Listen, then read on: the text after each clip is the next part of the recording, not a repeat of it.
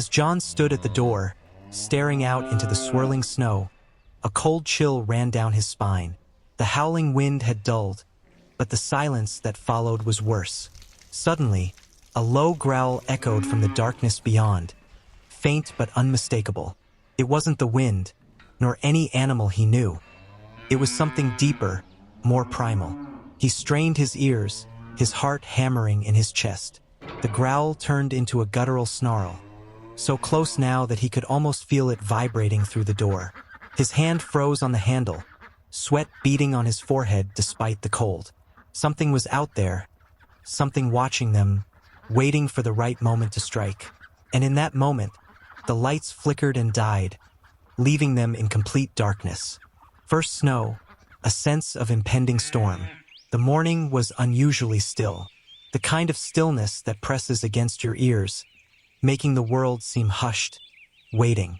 John stood on the porch, his hands deep in the pockets of his old wool coat, watching the sky. It was heavy, unnaturally low, a deep shade of gray that swallowed the light. The air smelled of frost, crisp and sharp, carrying the distant scent of pine from the woods beyond their farm. "Feels like a real storm's coming," he muttered to himself, his breath curling in the cold air. Inside, the warmth of the kitchen wrapped around Emma as she worked. The smell of cinnamon and baked apples filled the house. She had always found comfort in baking, especially on days like this when the world outside felt unpredictable. She glanced out the window, her hands expertly rolling out the dough for a pie. The snow had only just started falling, soft, lazy flakes drifting down, but something about it unsettled her. She turned back to her task, humming quietly as she arranged the apple slices in the crust. The rhythm of her work soothed her. A storm or not, there were chores to be done, animals to feed, and a farm to tend to. She had seen plenty of blizzards in her lifetime. The radio, an old thing sitting on the counter, crackled with static. Emma frowned and adjusted the dial, but all she could hear was a low hum, an occasional burst of sound that quickly faded. Strange. She reached for the remote to turn on the television, but the screen flickered, the image distorted before it cut to black. John stepped inside, stomping the snow off his boots. "Storm's moving fast," he said, shaking off his coat. "I'll check the animals. Make sure they've got enough hay and water before it gets worse." Emma glanced up, worry creasing her forehead. "Be quick. Something feels off about this one." He gave her a reassuring smile, but even he felt the tension in the air. It was the kind of cold that settled deep in the bones, the kind that warned of something fierce coming. Outside, the snowfall had thickened. It clung to his beard, melted into his gloves. The barn was just a short walk from the house, but already his boots sank deep into the accumulating drifts. The cows were restless, shifting in their stalls. The geese huddled together, honking softly. The rabbits, warm in their enclosures, twitched their noses at him as he checked their food. John worked quickly, spreading fresh hay, breaking the thin layer of ice that had already begun forming in the water troughs. The snow was falling faster now, the wind picking up. He had seen storms like this before, but something about the way the sky looked, so dark, so endless, made him uneasy. As he stepped outside, the wind howled through the trees, sending a fresh wave of snow swirling around him. He barely made it 2 steps before the ground beneath him gave way. The world tilted. He sank.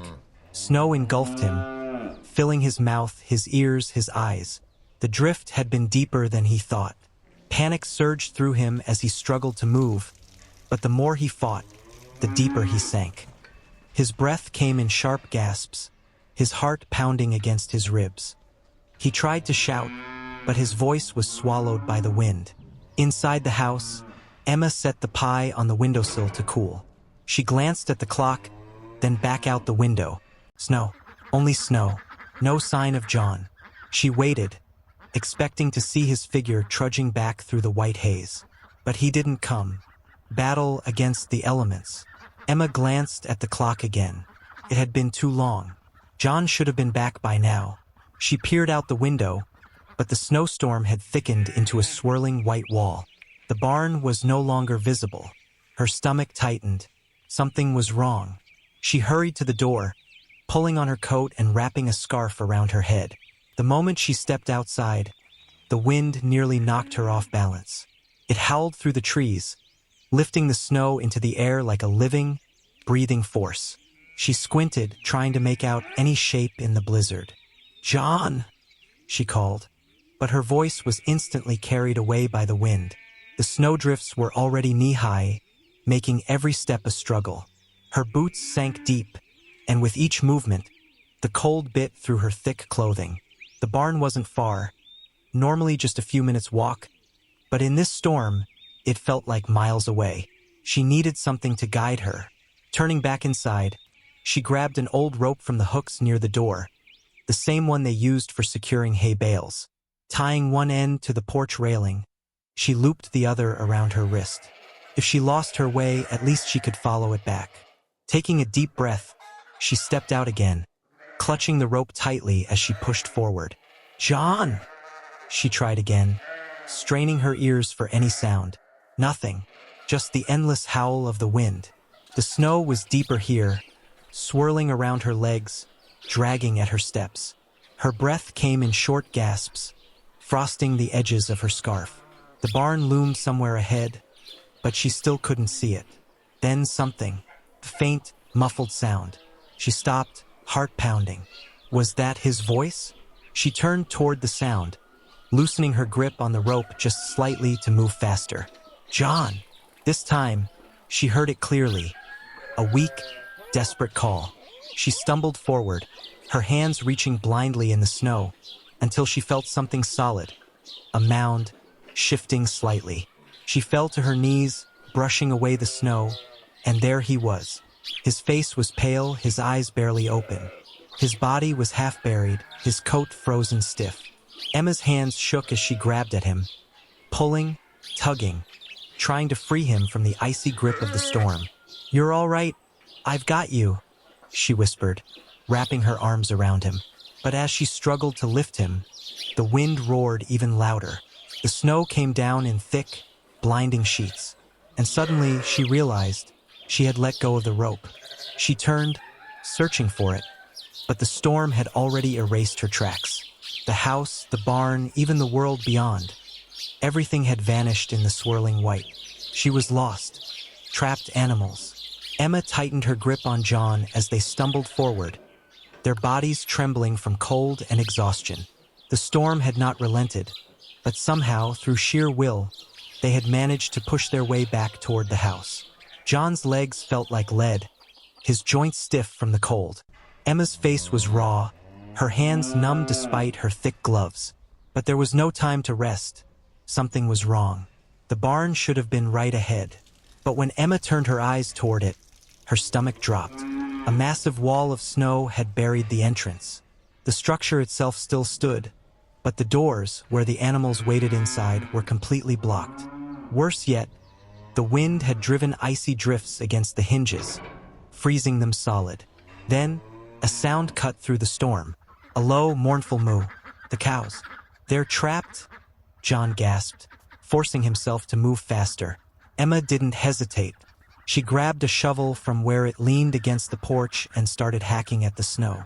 John did the same, though every motion sent fire through his frozen muscles. From inside the barn, the sounds of distress grew louder. The geese honked wildly, the ducks flapped against the wooden walls, and the cows shifted restlessly in their stalls. Then Emma noticed something that made her heart race.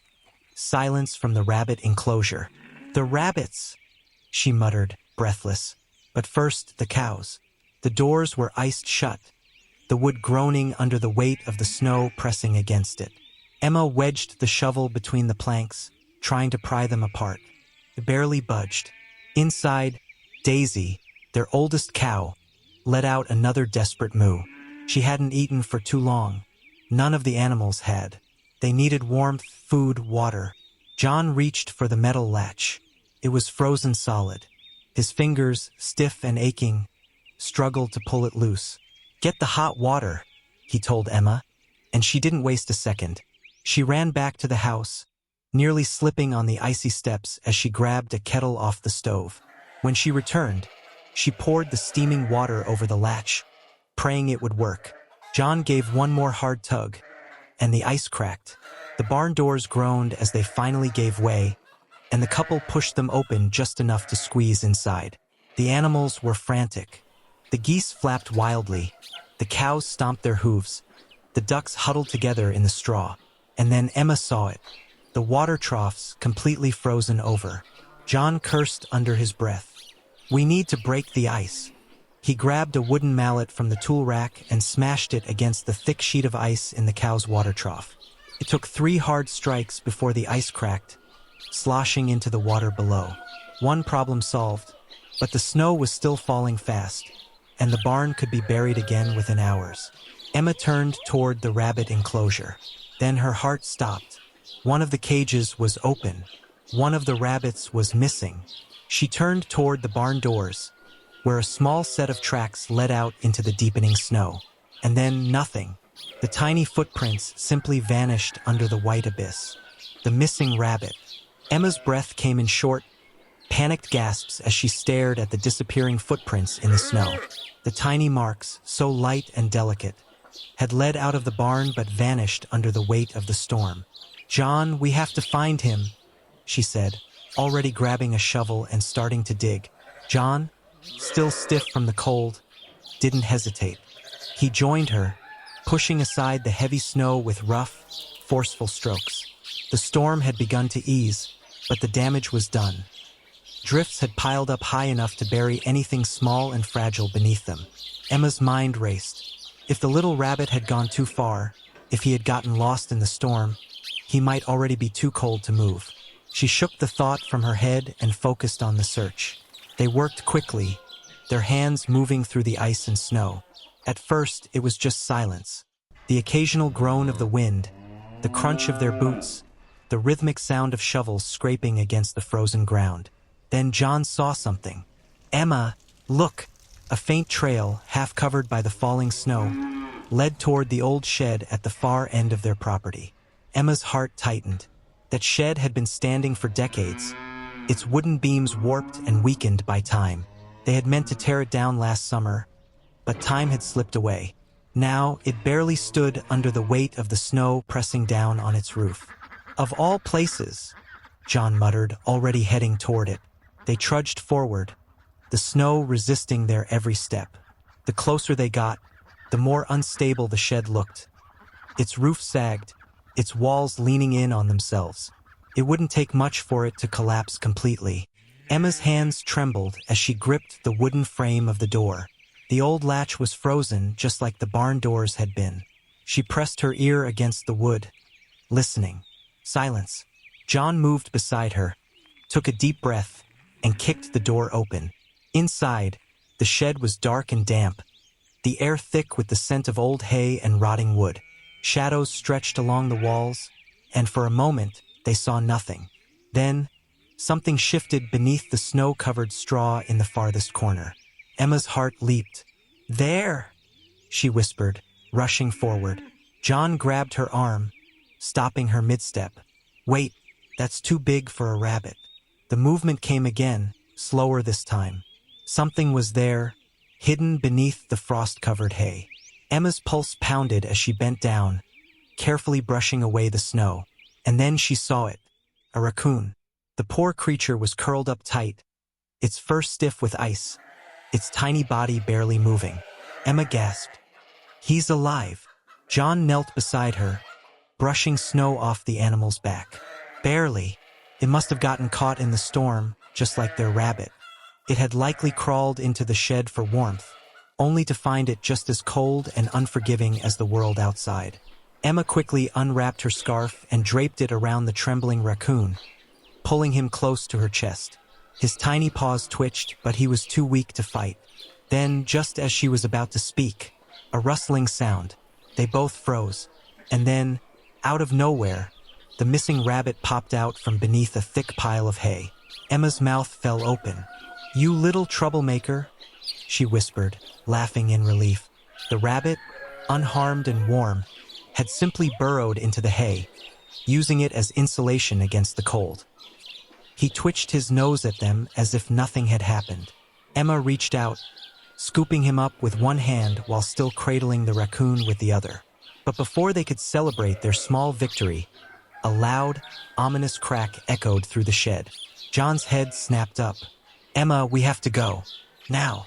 The shed groaned. The walls shifted.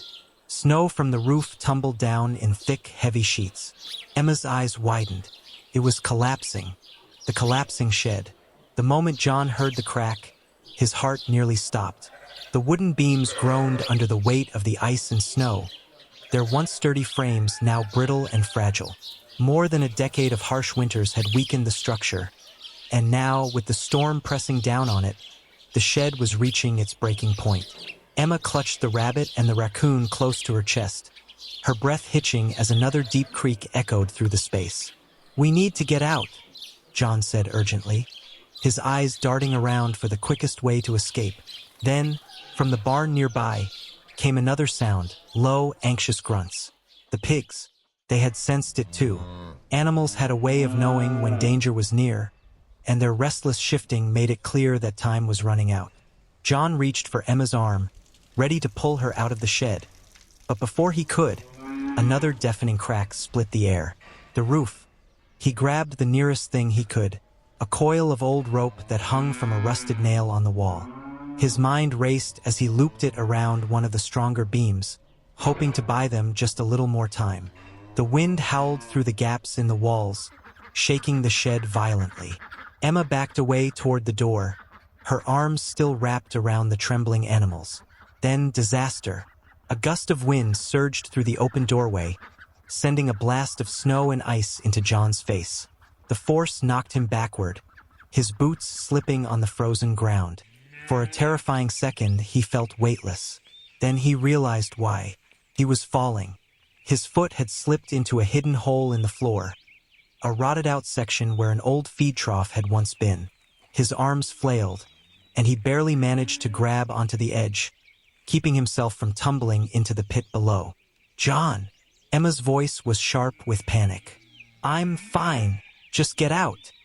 He gritted through clenched teeth, struggling to pull himself up, but Emma hesitated. Then, without warning, a massive crack split through the shed like thunder. John's head snapped up just in time to see the roof begin to cave in.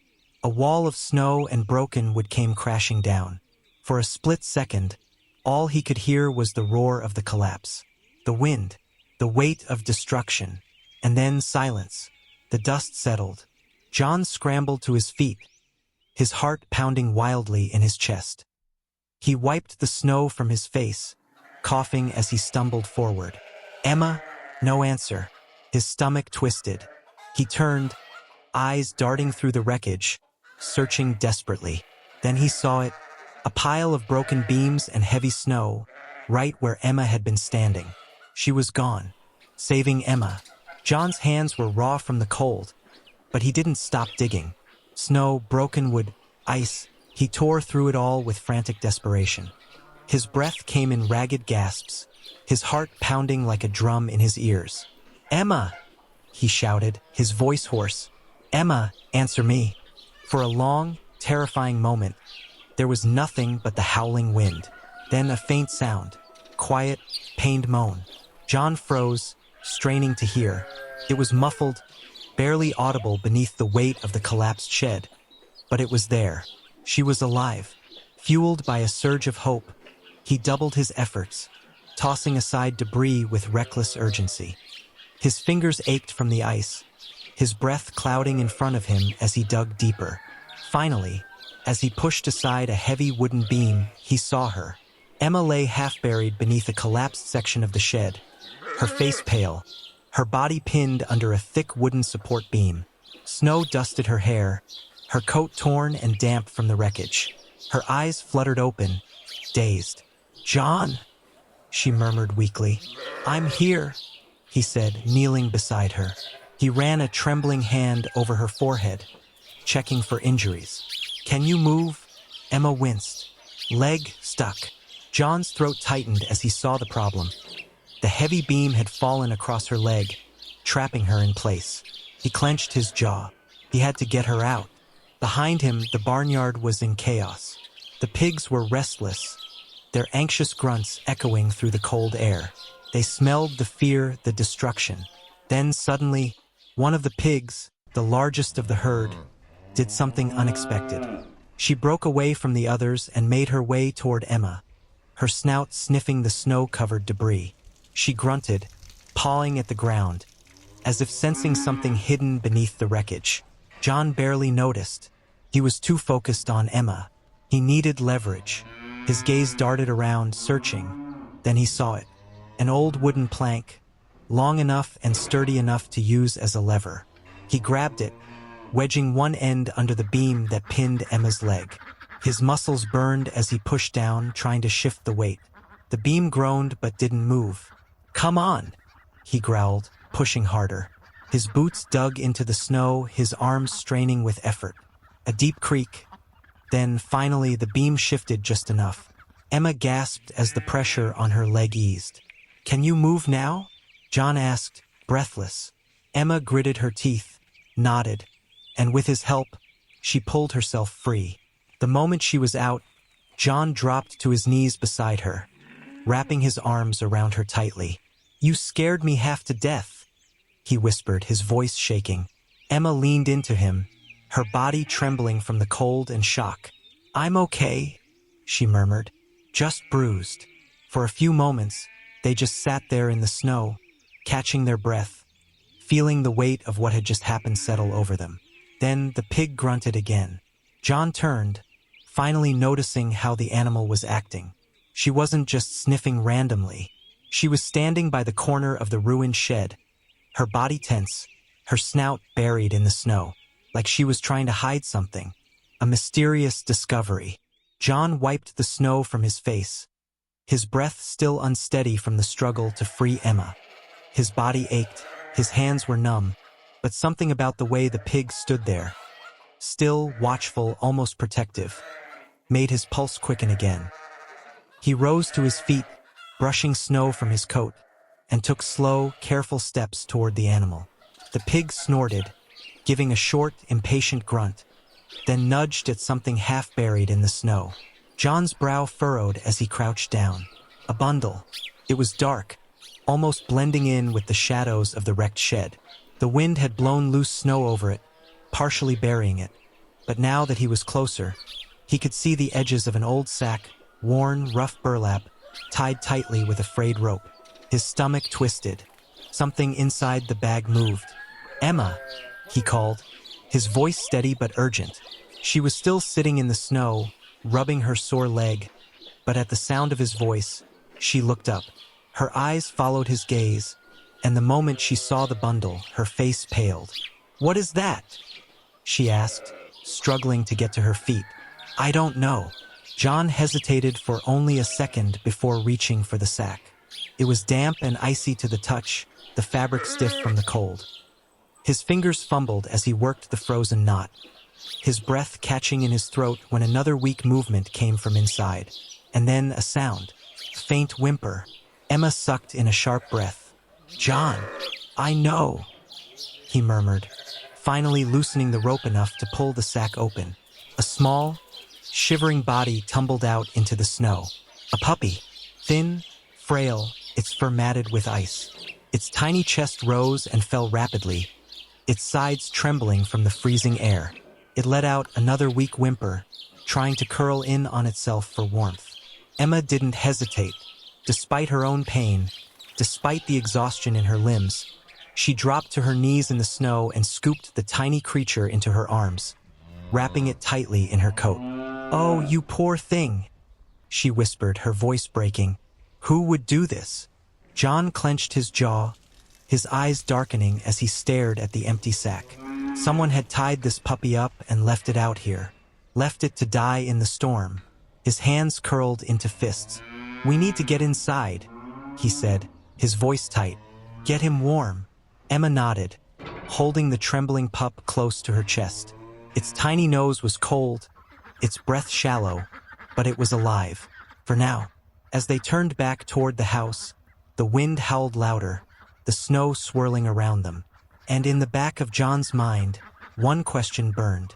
Who would abandon a helpless puppy in the middle of a storm? Night without light. The wind howled against the farmhouse, rattling the windows as if it were trying to claw its way inside. The snowstorm hadn't let up, and now it wasn't just the animals and the barn that were in danger. With a final flicker, the dim glow of the single remaining light bulb vanished. Darkness swallowed the room. Emma let out a small gasp. "John!" He exhaled sharply, setting down the old lantern he'd been holding. The power had been unstable all evening, and now it was completely gone. "No electricity," he muttered. Emma tightened her arms around the puppy, who whimpered against her chest. John moved quickly, lighting a few candles they had left on the kitchen shelf. Their soft glow cast flickering shadows across the walls, making the little farmhouse feel even smaller, even more isolated. Then the radio cut out, the low hum of static that had been their only connection to the outside world gone. Dead silence. Emma's fingers curled around the puppy's small body as she met John's gaze. "That means no news, no help coming." He nodded grimly. "We're on our own." The air inside the house was growing colder by the minute. The modern heating system was useless now, and the winter air was already seeping in through the cracks in the old wooden walls. John grabbed his coat. "I'll get the stove going." The farmhouse had an ancient iron wood-burning stove in the corner of the main room, one they hadn't needed in years, but thankfully, it was still there. He opened its heavy door, revealing a few lingering embers from earlier in the evening. Not enough. He grabbed the last of their stacked firewood from the corner, tossing a few pieces in. The flames flickered to life, but they needed more fuel to keep the house warm through the night. Emma frowned. "We don't have enough wood, do we?" John hesitated. No, they would need to go outside and chop more, but with the blizzard raging, it was too dangerous. Emma sighed, holding the puppy closer for warmth. The little one was still trembling, but at least he was nestled against her now, wrapped in a thick woolen blanket. His tiny nose twitched as he sniffed the air, letting out a small, uneasy whimper. Then suddenly, a growl, low, rumbling, and out of place in the quiet of the house. John turned, startled. The puppy had lifted his head, ears perked up, his small body tense. His black eyes were fixed on something beyond the room. The window. John followed the puppy's gaze, his pulse quickening. Through the frost-covered glass, he could barely make out the swirling snow outside. But something was there, a shape, a figure standing motionless in the storm, watching their house, an unexpected visitor. The wind howled outside, rattling the farmhouse walls as John and Emma sat in tense silence. The fire crackled weakly, barely warming the room. The little puppy still lay curled up in Emma's arms, but he wasn't asleep. His ears twitched, his body stiff with unease. His black eyes remained fixed on the frost-covered window. Then came the sound. Soft, almost hesitant. Footsteps, not heavy, like a person trudging through the snow. No, these were lighter, almost delicate, padding carefully across the wooden porch just beyond the door. John and Emma exchanged a look. "Did you hear that?" Emma whispered. John nodded, slowly rising from his chair. The candlelight flickered, casting uneasy shadows against the walls as he moved toward the door. His old bones ached, but he ignored the stiffness in his limbs. He pressed his ear against the wood. The storm still raged outside, but beneath the howling wind, he could hear it again. Scratch. A faint, desperate sound. Something small clawing at the bottom of the door. John inhaled sharply, then reached for the handle. The cold metal burned against his fingertips, but he turned it anyway, pulling the door open just enough to see. A small, snow-covered shape stumbled forward, collapsing against his boots. Emma gasped. "John, what?" He bent down, brushing away the frost and ice, and for a moment he didn't understand what he was looking at. Then, two golden eyes blinked up at him. A cat, soaking wet, trembling violently, her fur caked with snow. John scooped her up without thinking, quickly shutting the door against the brutal wind. He turned back to Emma, who was already on her feet, setting the puppy aside to clear a spot by the fire. As soon as John placed the cat down on the old woolen rug, Emma gasped. "I know this cat." John frowned. "What?"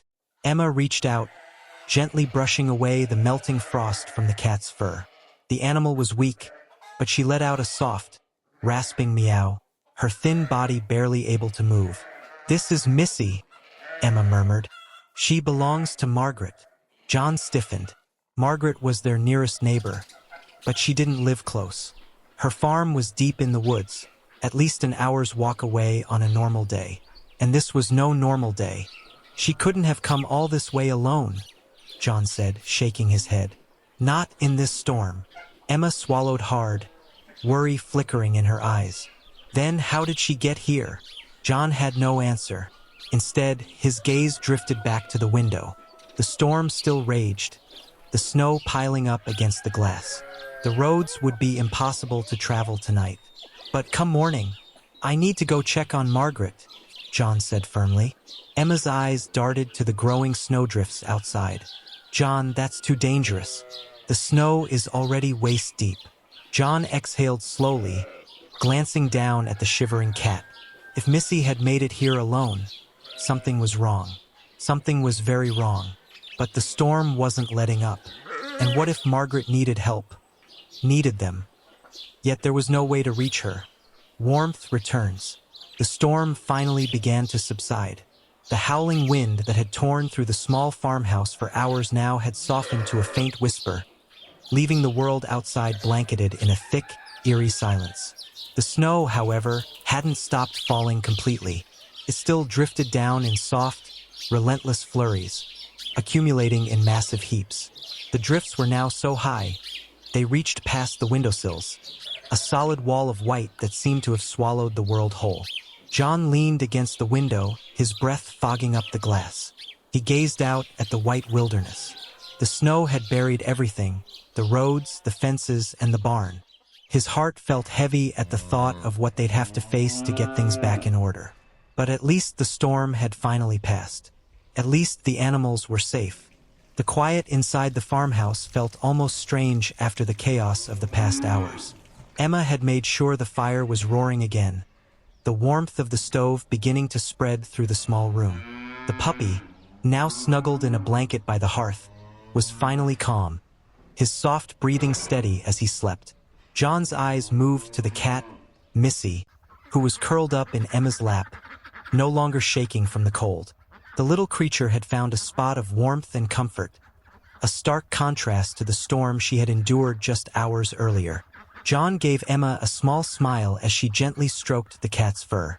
"We'll have to make sure she gets home soon," Emma murmured. "But she's been through so much tonight. I think we'll take her to Margaret ourselves," John replied, his voice tired but steady. When the snows cleared a bit more, just as Emma nodded, a knock came at the door. Startled, John stood up, crossing the room quickly to answer. To his surprise, standing in the doorway were their neighbors, the Millers, their faces as weathered by the storm as his own. They were bundled in heavy coats, snow covering their boots, their faces flushed from the cold. "Is everything all right?" John asked, his voice filled with concern. "We were worried about Missy," the man, Bill Miller, said, stepping inside, shaking snow from his shoulders. "We saw she was missing earlier, and when the storm got worse, we feared the worst." Emma stood and made her way over to the door, where Missy now blinked up at her owners.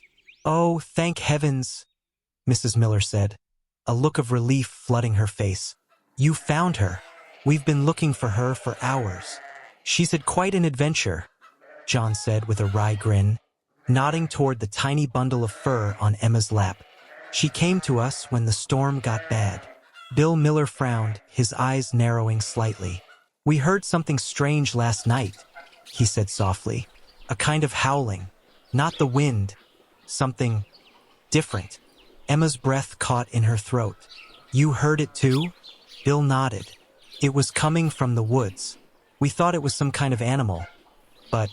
He trailed off, his voice tight with concern. "It sounded unnatural, almost like something was in pain." John exchanged a look with Emma. They hadn't told anyone about the strange noises they'd heard earlier, not wanting to worry anyone further. But now, hearing that the Millers had heard it too made the mystery feel even more unsettling. "Well," John said, trying to change the subject, "the worst of it is over now. We've got things to take care of, but the animals are all safe. And I think the power's back on, too." As if on cue, a low hum filled the room, followed by the soft click of the lights coming on overhead.